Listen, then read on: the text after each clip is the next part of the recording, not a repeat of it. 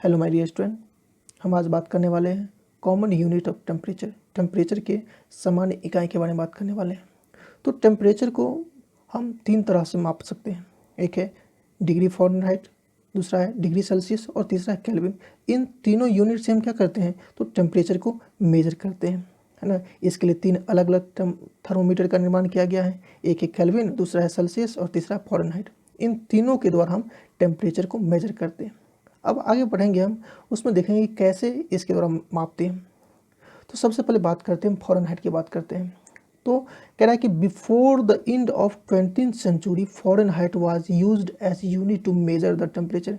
20वीं शताब्दी से पहले फ़ारेनहाइट का इस्तेमाल टेम्परेचर मापने के लिए किया जाता था।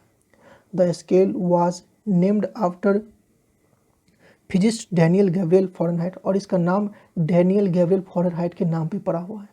ठीक है। Fahrenheit is written as degree F. इसको लिखते कैसे हैं तो इसको डिग्री एफ इस तरह से लिखते हैं, और पढ़ते कैसे हैं तो डिग्री फ़ारेनहाइट पढ़ते हैं। ठीक है।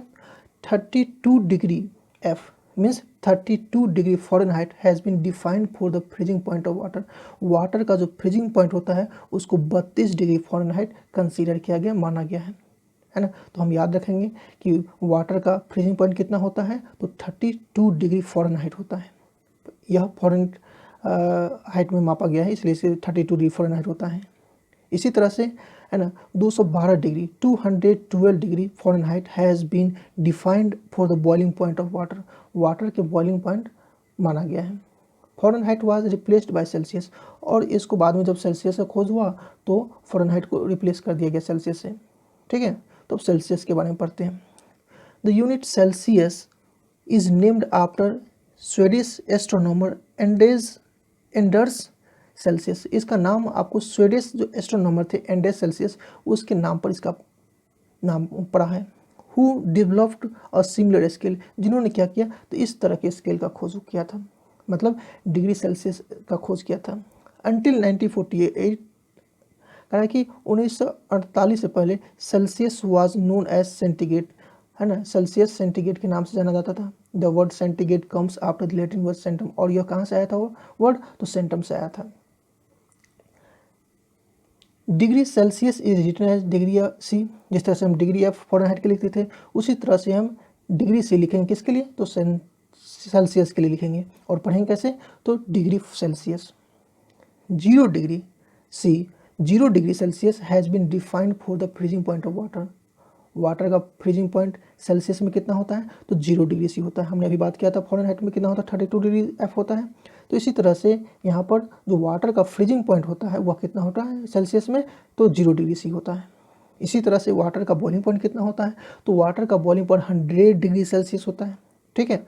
तो यह पॉइंट याद रखेंगे कि वाटर का फ्रीजिंग पॉइंट कितना होता है, वाटर का फ्रीजिंग पॉइंट सेल्सियस में कितना होता है और फ़ारेनहाइट में कितना होता है। तो सेल्सियस में कितना होता है 0 डिग्री सेल्सियस होता है, और फ़ारेनहाइट में कितना होता है तो 32 डिग्री फ़ारेनहाइट होता है। इसी तरह से वाटर का बॉइलिंग पॉइंट सेल्सियस में कितना होता है 100 डिग्री सेल्सियस होता है, और फ़ारेनहाइट में कितना होता है 212 डिग्री फ़ारेनहाइट होता है। तो इसको याद रखेंगे आप। ठीक है। Degree Celsius is replaced by kelvin. अब फिर क्या किया गया केल्विन, जब केल्विन स्केल का खोज किया तो डिग्री सेल्सियस को रिप्लेस कर दिया गया। हालांकि जो डिग्री सेल्सियस है इसका इस्तेमाल अभी भी क्लिनिकल एज वेल लेबोरेटरी के थर्मोमीटर में किया जा रहा है। Kelvin kelvin is the SI unit of temperature. Kelvin क्या है तो टेम्परेचर का एसआई यूनिट है। मतलब कि टेम्परेचर को हम किस यूनिट में मापते हैं तो केल्विन में मापते हैं। इसको याद रखेंगे आप। The symbol of kelvin is की, और इसका संकेत क्या होता है के होता है। The Kelvin scale is named after the physicist William Thomson first Baron Kelvin. कहा है कि इसका नाम केल्विन क्यों पड़ा तो इसको खोज करता कौन थे तो William Thomson first Baron kelvin, तो उसके नाम पे ही क्या हुआ इसका नाम केल्विन रखा गया। ठीक है। The scale kelvin is used widely because of its many advantage. कहा कि इसकी बहुत सारी खासियत है जिसके कारण से क्या कह रहा है तो डिग्री सेल्सियस की जगह पर और फ़ारेनहाइट की जगह पर केल्विन का इस्तेमाल किया जाता है। In Kelvin temperature are written in positive usually. सामान्यतः जो केल्विन में टेम्परेचर को लिखते हैं हम पॉजिटिव में लिखते हैं। जैसे 273 Kelvin is defined as the freezing और मेल्टिंग पॉइंट ऑफ आइस, कि वाटर का जो फ्रीजिंग पॉइंट है या उसका मेल्टिंग पॉइंट है कितना लिया गया है, 273 केल्विन लिया गया है। मतलब कि 273 डिग्री पर केल्विन पर क्या होगा, वाटर फ्रीज भी करेगा, जमेगा भी, और अगर 273 केल्विन पे उसे गर्म करेंगे तो वो है ना पिघल भी जाएगा। इसी तरह से 373 is defined as the boiling point of water, water का बॉइलिंग पॉइंट 373 केल्विन लिया गया है। At Kelvin scale -273 Kelvin is considered as absolute zero temperature. अब कह रहा है कि -273 केल्विन पर, है ना, -273 केल्विन पर को क्या क्या है, जीरो, एब्सोल्यूट जीरो टेम्परेचर कहा गया। मतलब इस टेम्परेचर पे क्या होगा कि कोई वस्तु तीनों स्टेट में पाए जा सकते हैं, सॉलिड लिक्विड गैस तीनों स्टेट में पाए जाते हैं, इसी कारण से इसको है ना एब्सोल्यूट जीरो टेम्परेचर कहा गया है। अब हम कन्वर्जन करेंगे। हम कन्वर्जन मतलब कि आपको क्वेश्चन दे दिया जाएगा कि सेल्सियस में फ़ारेनहाइट में कन्वर्ट करिए, फ़ारेनहाइट से सेल्सियस में कन्वर्ट करिए, सेल्सियस से केल्विन में कन्वर्ट करिए, केल्विन से सेल्सियस में कन्वर्ट करिए। तो आप इस कन्वर्जन के द्वारा आप क्या कर सकते हो, तो आप कन्वर्ट कर सकते हो। जैसे हम एक प्रॉब्लम देखते हैं, जैसे क्वेश्चन है convert the temperature of 25 degree C to Kelvin scale. अब कहा कि 25 डिग्री सेल्सियस को, मतलब सेल्सियस को क्या करना है, केल्विन में कन्वर्ट करना है। तो कैसे करेंगे हम, तो हम जानते हैं कि, है ना, कि temperature on Kelvin scale is equal to temperature on Kelvin scale plus 273 Kelvin, है ना। हमने पीछे वाले स्लाइड में देखा था, है ना। देखो आप, है ना, यहाँ पर क्या है ना, सेल्सियस केल्विन में क्या हो रहा है ना, के बराबर क्या हो रहा है, तो डिग्री सी प्लस 273, है ना। तो इस फॉर्मूला का हम इस्तेमाल करेंगे, यहाँ पर करेंगे। तो देखते हैं, तो यहाँ पे हमने यही किया कि टेम्परेचर ऑन केल्विन बराबर क्या होता है, टेम्परेचर ऑन सेल्सियस प्लस 273। तो हमने क्या किया, टेम्परेचर सेल्सियस में कितना दिया हुआ, 25 डिग्री सी, तो हमने क्या लिखा 25 डिग्री सी। अब इसमें हमने क्या करना, 273 को ऐड कर देना है। तो हमने क्या किया, 273 को ऐड कर दिया, तो अब यह क्या हो गया, 298 केल्विन हो गया। ठीक है, तो अब यह केल्विन में कन्वर्ट हो गया। इस तरह से हम लिख सकते हैं कि thus temperature of 25 degree C on Celsius scale is equal to 298 Kelvin on Kelvin scale. तो इस तरह से क्या हो गया, 25 डिग्री सेल्सियस क्या हो गया आपको, 298 केल्विन में हो गया ये। तो इसको यहाँ पे याद रखोगे आप, और इस तरह से कन्वर्ट करने का प्रयास करोगे आप। आपके एनसीईआरटी बुक में दिया होगा, उसको बनाने का प्रयास करो। कहीं दिक्कत होगा फिर मुझे बताना। आगे हम बात करेंगे अब process of change of state of matter, है ना, कि जब मैटर का स्टेट में परिवर्तन होता है तो उसमें बहुत सारे प्रोसेस होते हैं। तो उन सारे प्रोसेस के बारे में हम बात करेंगे कि कौन कौन से प्रोसेस होते हैं। सबसे पहला प्रोसेस होता है वेपोराइजेशन, मतलब कि कोई भी लिक्विड को अगर गर्म करोगे तो क्या होगा, वेपर में कन्वर्ट होगा। इस प्रक्रिया को वेपोराइजेशन कहते हैं। इसी तरह से दूसरा होता है कंडेंसेशन, मतलब कि जब आप किसी गैस को आप ठंडा करोगे तो क्या होगा, लिक्विड में कन्वर्ट हो जाएगा। तो इस प्रोसेस को क्या कहते हैं, कंडेंसेशन कहते हैं। इसी तरह से आगे क्या होता है, फ्रीजिंग। फ्रीजिंग में क्या होता है कि जब अब लिक्विड को आप ठंडा करोगे तो क्या होगा, वो जम जाएगा, वो आइस बन जाएगा वो। तो इस प्रोसेस को क्या कहते हैं, फ्रीजिंग कहते हैं। इसी तरह से होता है मेल्टिंग। मेल्टिंग में क्या होता है कि जब आप आइस को गर्म करोगे तो आइस गर्म होने के बाद क्या हो जाएगा, वो पानी बन जाएगा। तो इस प्रोसेस को क्या कहते हैं, मेल्टिंग कहते हैं। इसी तरह से आगे है सब्लिमेशन। सब्लिमेशन में क्या होता है कि कुछ ऐसे भी सबस्टांस होते हैं जिसको हम गर्म करते हैं तो वह लिक्विड बन जाता है, वह सॉलिड से क्या होता है, सीधा गैस में कन्वर्ट हो जाते हैं। तो उस सबस्टांस को सब्लाइम कहते हैं और उस प्रोसेस को सब्लिमेशन कहते हैं। आगे है इवेपोरेशन। अब इवेपोरेशन क्या होता है, तो इवेपोरेशन में क्या होता है कि जब वाटर को हम गर्म करते हैं तो वो क्या होते हैं, इवेपोरेट कर जाते हैं, भाप में बदल जाते हैं। तो इस प्रक्रिया को इवेपोरेशन कहते हैं। तो वेपोराइजेशन और इवेपोरेशन में थोड़ा सा बहुत का अंतर है जिसकी हम चर्चा करेंगे। फर्स्ट हम पढ़ने वाले हैं वेपोराइजेशन, मतलब change of liquid into gas, liquid से गैस में बदलना। चलिए देखते हैं। The process of change of water into vapour is called vaporisation. क्या कह रहा है कि the process of change of water, water का बदलना किसमें, वेपर में, तो उस प्रक्रिया को कहते हैं वेपोराइजेशन कहते हैं। When water is heated after reaching at 100 degree C, कह रहा कि जब पानी को हम गर्म करेंगे 100 डिग्री के बाद वाटर स्टार्ट्स बॉइलिंग, तो पानी क्या होगा, आपको उबलना शुरुआत कर देगा। At this temperature water turns into vapour, और इस पे क्या होगा, वाटर आपको वेपर में कन्वर्ट होगा। जैसे आप देख रहे हो, है ना, कि 100 डिग्री सी से ऊपर में क्या किया, वाटर को गर्म किया गया, तो यह वाटर क्या हो रहा है, आपको वेपर में कन्वर्ट हो रहा है। तो इस प्रोसेस को क्या कहते हैं, वेपोराइजेशन कहते हैं। ठीक है। Since water boils at 100 degree C, पानी कितना पे बॉइल किया आपको 100 डिग्री सी पे, तो इसी कारण से हम क्या कहते हैं वाटर का बॉइलिंग पॉइंट कितना हो गया आपको 100 डिग्री सी हो गया। अब इसमें आपने बॉइलिंग पॉइंट का यूज़ किया था। अब ये बॉइलिंग पॉइंट क्या होता है, चलिए इसको भी देख लेते हैं। The common definition of boiling point is the temperature at which a liquid boil is called its boiling point, कि वह तापमान, जिस तापमान पर कोई लिक्विड क्या हो जाए आपको बॉयल करे, उबलने लगे, तो उस तापमान को हम क्या कहते हैं बॉइलिंग पॉइंट कहते हैं। जैसे वाटर 100 डिग्री सी पे उबलने लगा तो वाटर का बॉइलिंग पॉइंट कितना हो गया 100 डिग्री सी हो गया। ठीक है। डिफरेंट लिक्विड है बॉइल्स एट डिफरेंट टेम्परेचर, जो अलग अलग तरह के लिक्विड होते हैं उस सब का टेम्परेचर अलग अलग होता है और उस टेम्परेचर पे क्या होता है वो बॉयल करता है। जैसे वाटर 100 डिग्री पे सी पे उबलता है, इस तरह से जो दूसरे लिक्विड होंगे वो दूसरे टेम्परेचर पे उबलेंगे वो। अब हम बात करने वाले कंडेंसेशन के बारे में। कंडेंसेशन मतलब change of gas into liquid, gas का लिक्विड में बदलना। तो अब ये क्या होता है, the change of vapour into water because of decrease in temperature is called condensation. क्या कि change of vapour into water, क्या कि भाप का वाटर में बदलना, है ना, क्या कहलाता है वो कंडेंसेशन कहलाता है। Condensation is the reverse process of vaporisation. Condensation क्या वेपोराइजेशन का जस्ट उल्टा है, क्योंकि वेपोराइजेशन में आपने क्या देखा था कि लिक्विड वेपर में कन्वर्ट हो रहा था, जबकि कंडेंसेशन में क्या हो रहा है वेपर लिक्विड में कन्वर्ट हो रहा है। तो यह क्या हो गया आपको कंडेंसेशन हो गया। जैसे आप इस तस्वीर में देख रहे होंगे, है ना, कि जो हमारे एटमॉस्फेयर में जो वाटर वेपर मौजूद होते हैं वह जब किसी ठंडे ग्लास के संपर्क में आते हैं, जिसमें हमने ठंडा पानी रखा हुआ, तो इस तरह से क्या होता है वाटर ड्रॉपलेट्स अपीयर हो जाते हैं। यह क्यों हो रहा है, due to condensation of water vapour present in the atmosphere. ठीक है। When the temperature of vapour decreases, कह रहा है कि जब वेपर का टेम्परेचर कम होता है इट चेंज इनटू वाटर, तो किस में कन्वर्ट हो जाता है वाटर में कन्वर्ट हो जाता है। इस प्रक्रिया को ही हम लोग क्या कहते हैं कंडेंसेशन कहते हैं।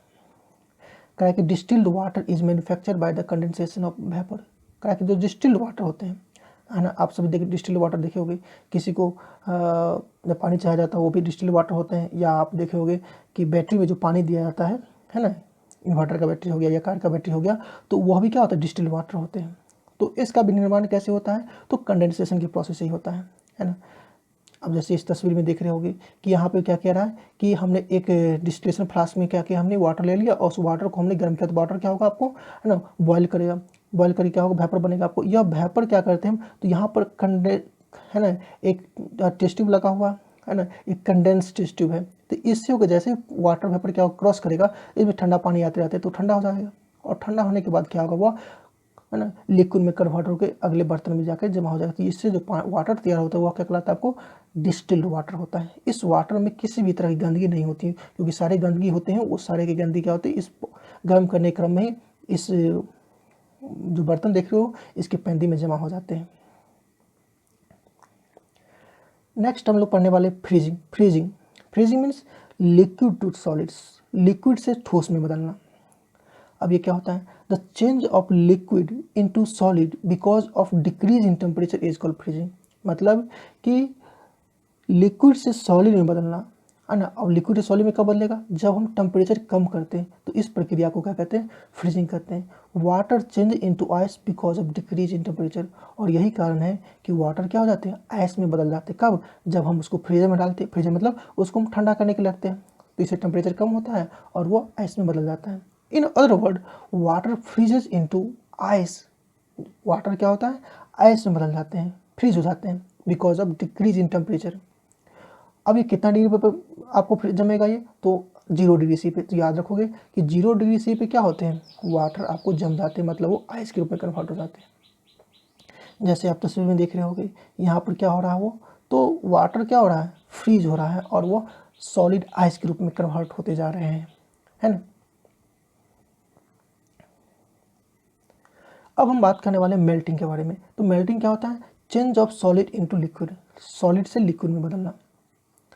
The change of solid into liquid due to increase in temperature is known as melting. कह रहा है कि सॉलिड से लिक्विड में बदलना, है ना, कब, जब टेम्परेचर इंक्रीज करे, उसे हम क्या कहते हैं मेल्टिंग कहते हैं।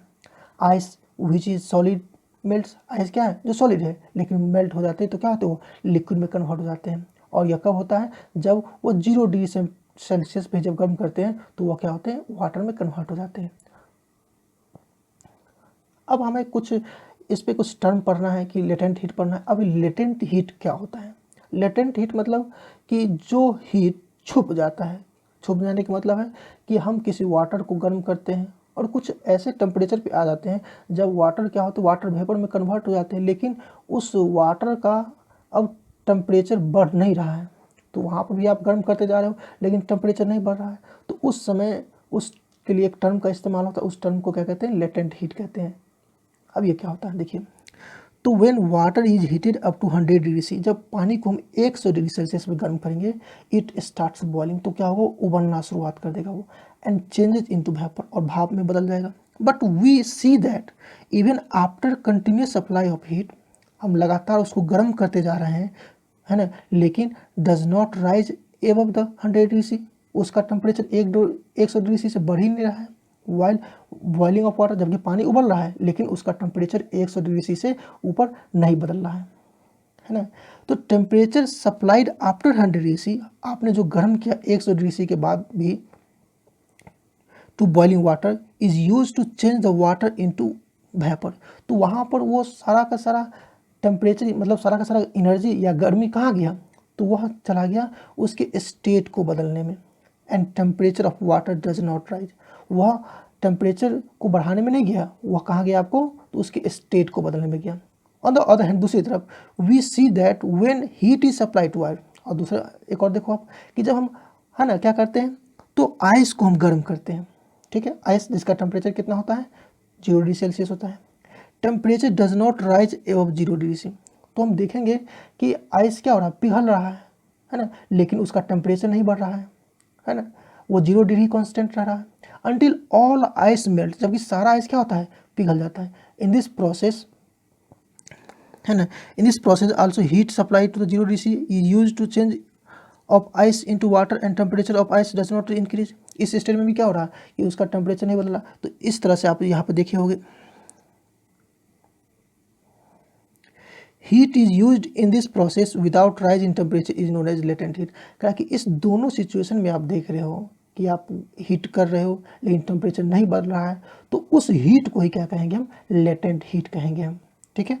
The latent heat is used in change of state of matter. अब इस लेटेंट हीट शब्द का इस्तेमाल कहाँ करते हैं हम, तो स्टेट ऑफ मैटर के परिवर्तन में करते हैं, such as from solid to liquid, जैसे सॉलिड से लिक्विड में, या फिर लिक्विड से गैस में करते हैं, विदाउट राइजिंग इन टेम्परेचर, बिना तापमान में परिवर्तन किए हुए। Hence latent is the heat released or absorbed by a body.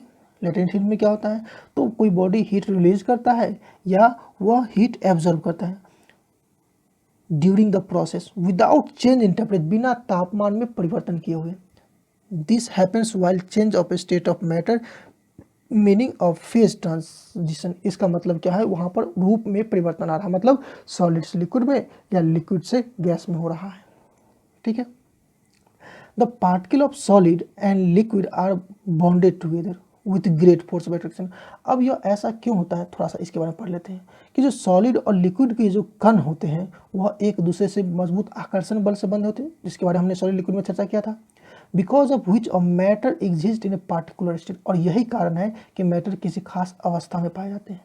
When we supply heat to a solid और लिक्विड, जब हम उस ठोस को या लिक्विड को गर्म करते हैं, the heat is supplied without come in notice, तो हीट में जो परिवर्तन हमको देखने को नहीं मिलता है, use to break force of attraction, तो वह जाता कहाँ है, तो उसके बीच में जो आकर्षण बल था कणों के बीच में, उसको तोड़ने में जा रहा है।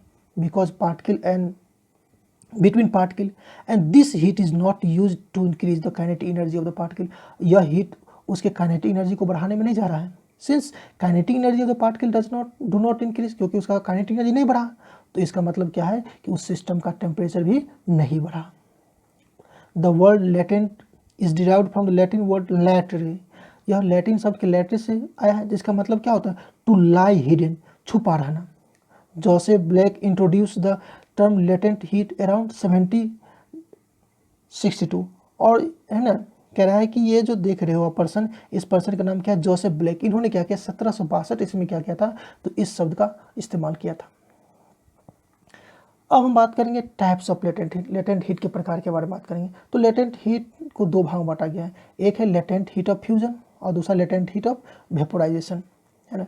अब एक एक करके दोनों के बारे में पढ़ते हैं कि लेटेंट हीट ऑफ फ्यूजन क्या होता है और लेटेंट हीट ऑफ वेपोराइजेशन क्या होता है। तो लेटेंट हीट ऑफ फ्यूजन मतलब solid to liquid change, solid से लिक्विड में बदलना।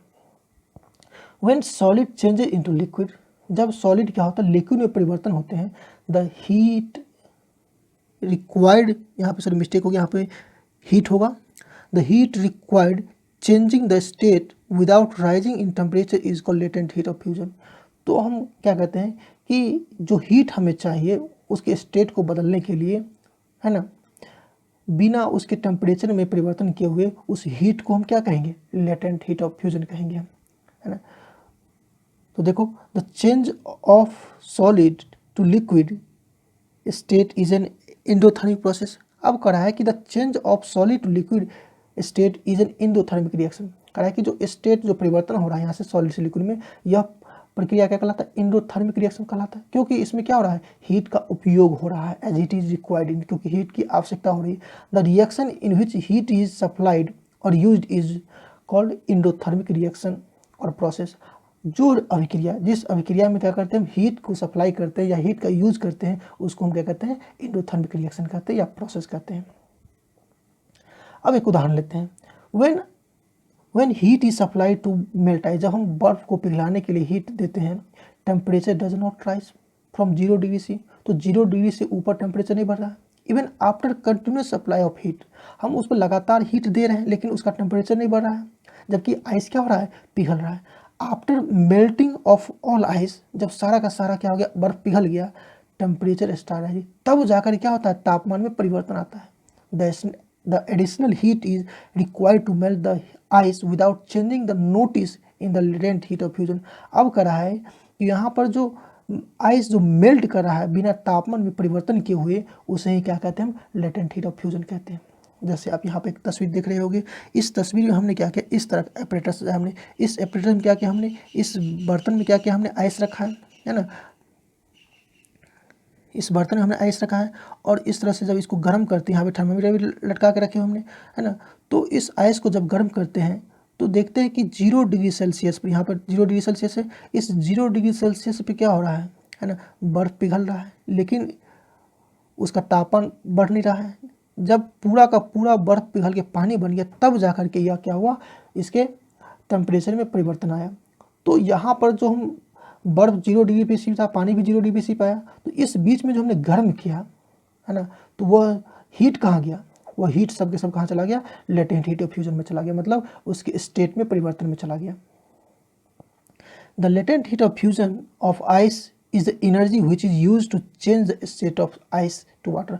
अब क्या कर रहा है कि जो लेटेंट हीट ऑफ फ्यूजन है, मतलब कि जो हीट छुपा हुआ है ना, उसके स्टेट में परिवर्तन करने के लिए वह एनर्जी क्या है, which is use to change the state of ice to water. वह क्या कर रहा है, उसके आइस के स्टेट को वाटर में कन्वर्ट करने का काम कर रहा है। अब इसका डिफिनेशन, इसको आप लिख लोगे, याद कर लोगे, क्या है definition, the quantity of heat required to convert 1 kilogram of solid to liquid without any change in temperature is called latent heat of fusion. करा कि 1 किलो बर्फ ले लेंगे और उस बर्फ को लिक्विड में कन्वर्ट करेंगे हम, तो उस बर्फ को लिक्विड में कन्वर्ट करने जितना हीट की आवश्यकता होगी, उस हीट को हम क्या कहेंगे, लेटेंट हीट ऑफ फ्यूजन कहेंगे। क्योंकि यह सारा का सारा हीट कहाँ चला जाएगा, उसके स्टेट में परिवर्तन में चला जाएगा। उस आइस का भी टेम्परेचर 0 डिग्री सी है और पानी का भी टेम्परेचर 0 डिग्री सी है, उसके टेम्परेचर में कोई परिवर्तन नहीं आ रहा है। सेट क्या हो रहा है कि वह आइस से वाटर में कन्वर्ट हो रहा है। The heat required is measured in joule. अब इसको मापते किस में, जूल में मापते हैं और उसका सिंबल जी होता है। अब कह रहा है कि बर्फ को आप कितना जूल गर्म करोगे, तो कहा कि 3.34 किलो गुने 10 टू द पावर 5, सॉरी 3.34 गुने 10 to the power 5 joule of heat is required to convert 1 kilogram of ice into water at its melting point. कह रहा है कि 1 किलोग्राम बर्फ को, है ना, लिक्विड में कन्वर्ट करने के लिए कितना चाहिए हमें, तो 3.34 गुने 10 to the power 5 kilo joule हमें, सॉरी जूल हमें ऊष्मा की आवश्यकता होती है। इसको आप याद रखोगे। अब हम बात करेंगे लेटेंट हीट ऑफ वेपोराइजेशन के बारे में बात करेंगे कि लेटेंट हीट ऑफ वेपोराइजेशन क्या होता है। तो कहा कि when liquid change into ice, कि जब कोई लिक्विड क्या हो, गैस में बदले। क्यों बदले? Because of rise in temperature, क्योंकि टेम्परेचर बढ़ रहा है। The heat required changing the state without rising in temperature is called the latent heat of vaporisation. अब वो कह रहा है कि विदाउट राइजिंग इन टेम्परेचर, कि जो बिना टेम्परेचर में परिवर्तन किए हो, उसे हम क्या कहेंगे? लेटेंट हीट ऑफ वेपोराइजेशन कहेंगे। The change of liquid to gases state is N endothermic reaction. अब यह भी क्या है? इंडोथर्मिक रिएक्शन, क्योंकि इसमें भी हम हीट दे रहे हैं, तो यह भी क्या हो गया? इंडोथर्मिक रिएक्शन हो गया। और एक होता है एक्सोथर्मिक रिएक्शन, जिसमें हीट का उत्सर्जन होता है, मतलब हीट उस रिएक्शन से बाहर निकलते हैं। इसके बारे में हम क्लास 10 में बात करेंगे। अब हम एक उदाहरण के द्वारा देखते हैं, जैसे बॉइलिंग ऑफ वाटर को देखते हैं। Water boils at 100 degree C, हमने बात किया था कि वाटर क्या होता है? 100 डिग्री सी पे बोलता है। When heat is supply to water, जब हम इसको हीट दे रहे होते हैं, temperature does not rise after 100 degree C, तो 100 डिग्री सी के बाद क्या होता है? उसके टेम्परेचर में परिवर्तन नहीं होता है। Even after continuous supply of heat, हम लगातार गर्म कर भी रहे हैं लेकिन उसके टेम्परेचर में परिवर्तन नहीं आता है। The heat supplied at this stage, इस अवस्था में जो हम हीट दे रहे हैं, is use to change water into vapour, तो वह कहाँ जा रहा है हीट? तो वाटर को वाटर वेपर में कन्वर्ट करने में जा रहा है। And hence does not come into notice, और जो ध्यान में हमको देखने में भी नहीं आता है। The additional heat is required to change the water into vapour without coming into notice is called latent heat of vaporisation, और इसे ही क्या कहते हैं? हम लेटेंट हीट ऑफ वेपोराइजेशन कहते हैं। हमने सेम तरह का एक्सपेरिमेंट किया। हमने एक बीकर ले लिया, हमने उस बीकर में क्या किया? हमने तो पानी ले लिया और उसको थर्मामीटर लगा के हमने गर्म किया। तो गर्म जब हम करते हैं तो हम देखते हैं कि पानी का टेम्परेचर शुरुआत में क्या हुआ? 0 डिग्री से, वो गर्म करते 100 डिग्री पे आया। तो यहाँ पे तो हम देख रहे हैं कि टेम्परेचर परिवर्तन हो रहा है। लेकिन जब 100 डिग्री सी पे आ गया, उसके बाद हम गर्म कर रहे हैं, लेकिन टेम्परेचर में नहीं परिवर्तन हो रहा है। सिर्फ क्या हो रहा है? वाटर आपको गैस में कन्वर्ट हो रहे हैं। तो यही क्या हो गया? जब वाटर क्या हो? गैस में परिवर्तन हो और उसका टेम्परेचर न बदले, तो उसे हम क्या कहेंगे? लेटेंट हीट ऑफ वेपोराइजेशन कहेंगे। अब इसका परिभाषा क्या हुआ? तो कह रहा है कि the latent heat of vaporisation of water is the quantity of heat in joules required to convert 1 kg of liquid. 1 kg liquid को वेपर में कन्वर्ट करने के लिए जितना टेम्परेचर की आवश्यकता होगी, वह क्या कहलाएगा? आपको लेटेंट हीट ऑफ वेपोराइजेशन कहलाएगा। और इसके लिए कितना जूल की आवश्यकता होगी? तो 22.5 × 10⁵ joule, 22.5 × 10⁵ joule energy is required to convert 1 kilogram of water into vapour. कह रहा है कि 22.5 × 10⁵ जूल एनर्जी की आवश्यकता होती है 1 किलोग्राम वाटर को गैस पे बदलने के लिए। ठीक है, तो इस तरह से हम कह सकते हैं कि लेटेंट हीट ऑफ वाटर कितना हो गया आपको? 22.5 × 10⁵ जूल पर किलोग्राम में हो गया। तो इसको लिखेंगे कैसे हम? 22.5 × 10⁵ जूल पर kg, क्योंकि 1 किलोग्राम कन्वर्ट किया हमने।